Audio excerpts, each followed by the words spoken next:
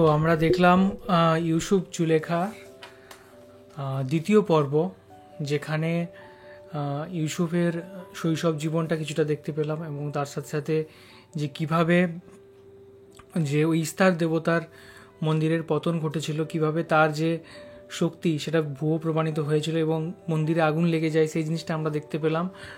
আর তারপরে সবাই সবাই সবাই ইয়াকুবের দেবতার প্রতি একটা আনুগত্য প্রকাশ করলো।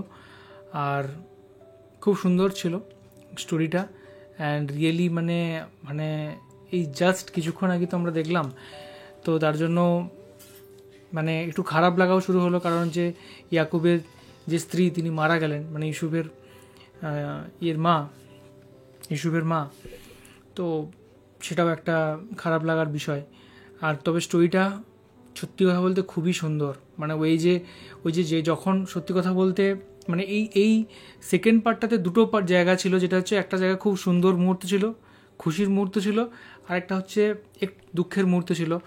এই দুটো হচ্ছে পুরোপুরি মাঝামাঝি জায়গায়। যেমন প্রথমে যখন সুখের মুহূর্ত মানে কোনটা, যখন ওই বৃষ্টি নেমে উঠলো এবং ইউসুফের যখন জন্ম হলো, ছোট্ট ইউসুফের যখন জন্ম হলো, তখন ওই জায়গাটা কিন্তু সবাই যখন মানে ভেবেছিল যে ওদের বিরুদ্ধে হয়তো অভিশাপ লাগবে, কিন্তু তার সাথে যখন অভিশাপ ব্যর্থ হলো এবং বৃষ্টি নেমে এলো, ওই জায়গাটা কিন্তু খুব সুন্দর ছিল, সত্যি খুব সুন্দর লেগেছে ওই জায়গাটা। আর লাস্টের এই পার্টটা কিন্তু প্রচণ্ড একটু খারাপ লাগলো, কারণ হচ্ছে উনি মারা গেলেন। তো এরপরে দেখলে আমরা বুঝতে পারবো যে কি অ্যাকচুয়ালি হবে, এরপরে নেক্সট কি হবে, ওখানে তারা যাবে নতুন যে জায়গায় সেখানে, এবং সেখানে যে কি ঘটনা ঘটবে সেই জিনিসগুলো আমরা দেখতে পাবো।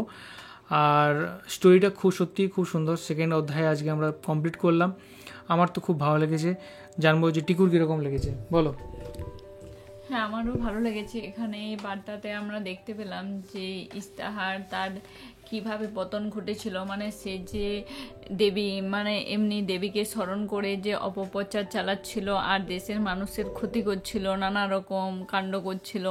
তারপরে বলছিল যে মানে ওই ইয়াকুব নবীর তার স্ত্রী যেমন মারা যায়, স্ত্রী পুত্র ধ্বংস হয়ে যায় একটা আগুন দিয়ে, কিন্তু শেষে প্রমাণিত হলো যে ইয়াকুব নবী তিনি আসল কথা বলছিলেন, তিনি যে দেবদেবীর কে মানে তিনি যে বিশ্বাস করতেন সেটাই আসল। কারণ ইয়াকুব নবী তিনি বলছেন ঠাকুরকে, ইয়াকুব নবী ঈশ্বরকে ডাকছিলেন, যেমন প্রমাণিত হয় খোদা যে নির্জীব পাথরে যেমন প্রাণ না থাকে, যেমন একাত্মবাদ প্রচারিত হয়, এটা ঠাকুরকে বলা মাত্র দেখালো যে এখানে ইস্তাহার দেবী পুরো ধ্বংস হয়ে গেলেন। আর এদিকে বৃষ্টি নামলো, বৃষ্টি নামতে নামতে সবাই প্রচুর খুশি হলো, সবাই বুঝতে পারলো যে তারা যে মানে দেবতাকে তারা যে বিশ্বাস করতো ইস্তাহারের, সেটা ভুল। কারণ সব জায়গায় বৃষ্টি নেমেছিল, আর বৃষ্টি নামলেও কিন্তু ইস্তাহারের যে মন্দিরটা সেটা দেখালো যে সেটা কিন্তু সেই আগুনটা নেমে নেই, ইস্তাহার পুরো ধ্বংস হয়ে গেল। আর এদিকে ইউসুফের জন্ম হলো, ইউসুফের জন্ময় দুর্ভিক্ষ কেটে গেল, দেশবাসীরা সবাই খুশি হয়ে গেল। তারপরে তারা একাত্মবাদ প্রচারিত করলেন ইয়াকুব নবী। তারপর বেশ ভালোই চলছিল। এরপর ইউসুফ আস্তে আস্তে বড় হচ্ছিল। তারপর আবার দেখালো যে ইয়াকুব নবীর আবার একজন মানে পুত্র, ইয়াকুব নবীর যে স্ত্রীর আরও, স্ত্রীটার কি নাম আমি ভুলে যাচ্ছি, ইয়াকুব নবীর যে স্ত্রী তার আরও একজন মানে সন্তান সম্ভবা তিনি আবার। এরপর তারা একটা জায়গা যাচ্ছিলেন, তারা ফার্দিনান্দ যাচ্ছিলেন, কিন্তু যেতে যেতে হঠাৎ ব্যথা উঠলো, তারপরে সেখানেই সন্তান জন্ম নিল। কিন্তু আমি ভেবেছিলাম যে ইয়াকুব নবীর স্ত্রী হয়তো বেঁচে থাকবেন, কিন্তু এই ঘটনাটা অনেক দিন আগের, এটা আমরা দেখিনি বলে বুঝতে পারিনি। আজকে আমরা দেখালো যে তার যখন দ্বিতীয় সন্তান হলো তিনি মারা গেলেন। এই সিনটা দেখে আমার প্রচুর দুঃখ লাগলো, আর এটা আমার প্রচুর ভালো লেগেছে। হয়তো আমি এটা গুছিয়ে বলতে পারিনি, কিন্তু আজকের যে ঘটনাটা আমি এটা পুরো মন দিয়ে সিরিয়াসভাবে দেখেছি আর আমি বুঝতে পেরেছি। আপনাদের কেমন লেগেছে সেটা জানাবেন অবশ্যই কমেন্ট করে। একদম তুমি গুছিয়েই বলেছো, কোনো অসুবিধা কিছু হয়নি। অ্যান্ড সত্যি কথা বলতে আমারও তো সত্যি খুব দারুণ লেগেছে সিরিজটা। আর হচ্ছে আজকে আমরা অনেকটা মন দিয়ে দেখেছি, তার জন্য একদম মানে অনেক কিছু ডিটেলস আমরা জিনিসগুলো দেখেছি। এবং সত্যি কথা বলতে যেটা যেভাবে ফুটিয়ে তোলা হয়েছে সেই জিনিসটা খুবই সুন্দর। যেমন ওই যে কুয়ো থেকে জল তোলা হচ্ছে, তার মধ্যে দেখবেন যে আগেকার দিনে যেরকম চামড়ার থলির মধ্যে জল ভরা হতো সেরকম জিনিসটা, প্লাস হচ্ছে যে ঘোড়ায় করে ছুটে ছুটে যাচ্ছে সব দুধ বা নিয়ে যাচ্ছে খবর।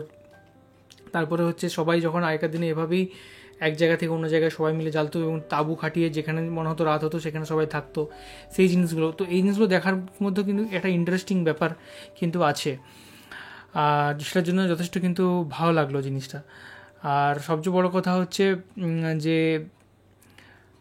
একটা ইন্টারেস্টিং লাগছে, নিশ্চয়ই আমরা পরবর্তী পার্টগুলোতেও দেখবো যে কী হচ্ছে, গল্পটা কোন দিকে এগোচ্ছে এবং কি হবে তারা যখন ওখানে পৌঁছবে ওই শহরে, তখন কি হবে, ইনকি সত্যিই মারা গেছে নাকি কোনোভাবে চমৎকারে বেঁচে উঠতে পারেন সেটাও আমরা জানি না, হয়তো তৃতীয় অধ্যায়ে অনেক কিছুই হতে পারে। তো যাই হোক, তো এখনকার মতো ভিডিও এই পর্যন্তই, দেখা হবে অন্য কোনো ভিডিওতে। ততক্ষণের জন্য আপনারাও ভালো সবাই খুব থাকুন, ভালো থাকবেন। সুস্থ থাকবেন আর দেখতে থাকবেন আমাদের চ্যানেল। আর কোন কোন ভিডিওর উপর আমরা রিয়াকশন করতে পারি সেটাও কিন্তু অবশ্যই জানাবেন। আর আমাদের সময় কিন্তু সীমিত থাকে, আমরা কাজের ফাঁকে দিনের শেষে আমরা ভিডিও নানা রকমের দেখি, সেগুলোর উপর রিয়াকশন দিই। এটা আমরা পার্ট টাইম কাজ, ফুল টাইম না, আমাদের নিজস্ব কাজ থাকে, সেই কাজগুলো আমাদেরকে করতে হয়। তা সত্ত্বেও এটা কিন্তু আমরা যথেষ্ট মজা পাই, তার জন্যই করা। তো যদি কোনো রিকোয়েস্ট আমাদের যদি দিতে দেরি হয় তাহলে একটু ধৈর্য ধরবেন, আমরা নিশ্চয়ই দেখবো সেগুলো। ওকে, তো চলুন, টাটা, এখনকার মতো এই পর্যন্তই, দেখা হবে পরবর্তী ভিডিওতে। টাটা। টাটা।